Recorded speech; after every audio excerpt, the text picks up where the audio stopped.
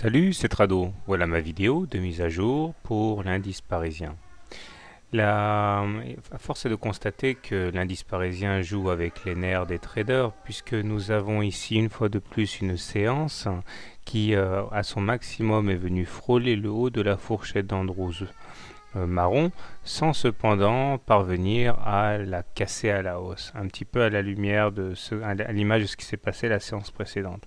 Or, tant qu'on n'aura pas réussi à s'extraire par le haut de la fourchette d'Andrews marron, eh bien, nous sommes condamnés à subir son incidence baissière, avec toujours des rotations possibles à l'intérieur de cette fourchette. Il demeure que si on arrivait à s'en extraire, le prochain objectif assez appétissant serait celui des 3800 par ici, avec un plus haut qui correspond au début de août 2010. Mais c'est pas une séance pour rien, loin de là, puisqu'au niveau des indicateurs techniques, cela s'améliore. Chaque séance est capitalisée au niveau des indicateurs techniques, avec un MACD qui maintenant s'enfonce en zone positive, toujours bien orienté au-dessus de son signal. Le stochastique attaque sa zone de surachat puisqu'on est supérieur à 80 et le momentum est clairement positif également. Autre élément très intéressant, nous sommes à deux doigts d'assister à un croisement M7-M20 qui ne manquera pas d'envoyer des nouveaux signaux haussiers aux traders.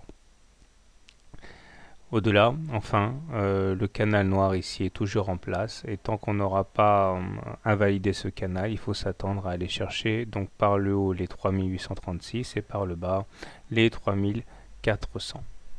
Alors comment trader l'indice parisien demain? Si vous êtes haussier, eh bien, soit vous achetez maintenant, mais c'est très risqué parce qu'on n'achète pas quand on est au contact avec une résistance. Mais bon, si vous êtes joueur, pourquoi pas.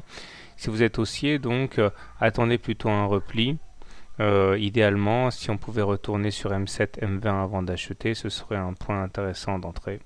Objectif, donc le haut de la fourchette d'Andrews, et puis on espérera casser.